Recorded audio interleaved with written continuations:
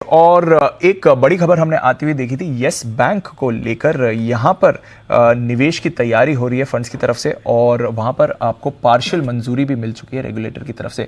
But एक report आई है आज हिंदू बिजनेस लाइन में जो इंडिकेट कर रही है कि हालांकि ये डील तो हो रही है बट यस बैंक की तरफ से सारी डिटेल्स आपके सामने नहीं आई हैं। इनफैक्ट इस डील से पहले एक और फंड ने इन्होंने अप्रोच भी किया था निवेश के साथ, पर बाजार को इसके बारे में जानकारी ही नहीं मिली। क्यों हो रहा है ऐसे? क्या ये सही कदम है? क्या सारे डिस्क्लोजर किए गए थे? और क्या ये शेयर होल्डर्स के हित में है या शेयर होल्डर्स के हित के खिलाफ है? इस पर जो ये रिपोर्ट आई है वो समझने की कोशिश करते हैं, क्योंकि ये काफ़ी बड़े सवाल रेज भी कर रही है इस पूरे मैटर में लेकर, और स्पेशली येस बैंक की तरफ से जो उनका एक्शन रहा है। तो मेरे साथ आशीष और ब्रिजेश जुड़ रहे हैं ये मैटर समझाने के लिए। आशीष, पहले तो बताइए कि ये पूरा मामला क्या है, ये रिपोर्ट जो आई है वो क्या कह रही है इस इन्वेस्टमेंट को लेकर? बिल्कुल दीपांशु, बिजनेस लाइन की खबर है और लगातार हम देख रहे हैं कि येस बैंक अपने जो एनपीएस है इसकी बिकवाली को लेकर सुर्खियों में बना हुआ है। एक बात है कि सितंबर में एक जो पी फंड है सेरेब्रस कैपिटल, इन्होंने ऑफर दिया था। हालांकि येस बैंक की तरफ से, मैनेजमेंट की तरफ से कहा जा रहा है कि दूसरा कोई ऑफर इन्हें मिला ही नहीं। अब क्या ऑफर है, दोनों ऑफर जो है समझ लेते हैं। सितंबर में ऑफर दिया था कि 8,300 करोड़ में यहाँ पर जो इनके जो नेट एनपीएस हैं इन्हें खरीद लिए जाएंगे। लेकिन आप देखिए कि जो येस बैंक की तरफ से मैनेजमेंट ने बताया कि सिर्फ जेसी फ्लावर्स का जो ऑफर है वो इन्हें मिला, इसके अलावा किसी ने बोली नहीं लगाई।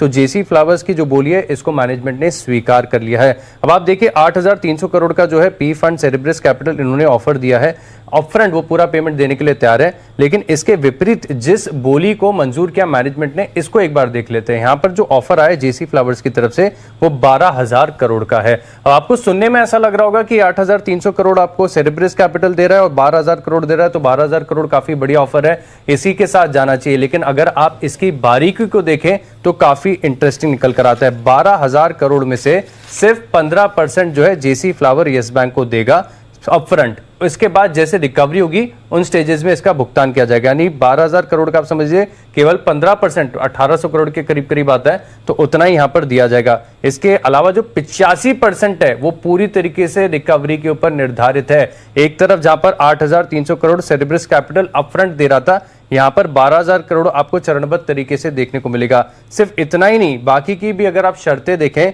तो 12,000 करोड़ पर 1.5% की सालाना मैनेजमेंट फीस भी यहां पर देनी होगी और रिकवरी की रकम पर 5% की दर से कलेक्शन फीस भी देनी होगी।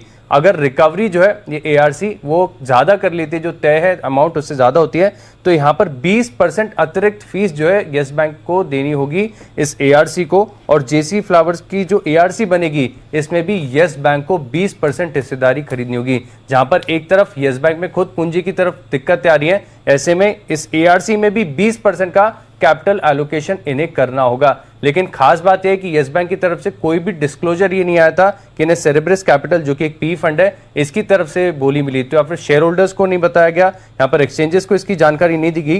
तो आप ये समझ लीजिए कि अगर आप जो निवेशक हैं, माइनॉरिटी निवेशक हैं, इनके लिए येस बैंक में ये निकल कर आता है कि इस डील के बाद एक तो पहली बात लेट रिकवरी होगी, क्योंकि 85% कैसा होगा क्या होगा किसी को पता नहीं है, और ज्यादा कमीशन देना होगा और साथ में आपको पूंजी एलोकेशन भी करना होगा। तो अपने आप में काफी बड़े सवाल यहाँ पर खड़े होते हैं। एक मिनट, तो आप कह रहे हैं कि ये जो जेसी फ्लावर्स की डील होने जा रही है जिसके लिए इसे पार्शियल मंजूरी मिली है, उससे पहले एक और फंड ने इन्हें इन्वेस्टमेंट ऑफर्स के साथ अप्रोच किया था, सितंबर में दिया था 8,300 करोड़ का अपफ्रंट। और ये जानकारी उन्होंने ना एक्सचेंजेस पर है ना शेयर होल्डर्स को पता है, किसी को नहीं पता। अच्छा, तो ये जानकारी उन्होंने बताई नहीं, हालांकि इनके पास एक कंपीटिंग ऑफर था। लेकिन येस बैंक कहता है कि कोई कंपीटिंग ऑफर आए नहीं जेसी फ्लावर्स के सामने।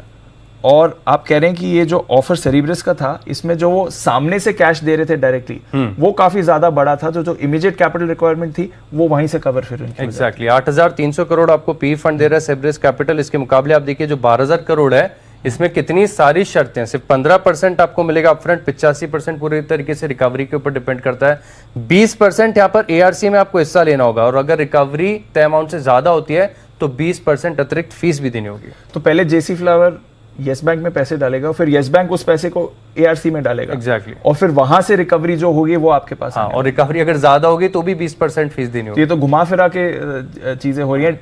तो डायरेक्ट जो ऑफर था वो इन्होंने नहीं लिया। जो इधर से उधर से होने वाले वो ऑफर ना लिया बात अलग है, लेकिन ऑफर की जानकारी भी नहीं थी, वो ऑफर भी नहीं लिया।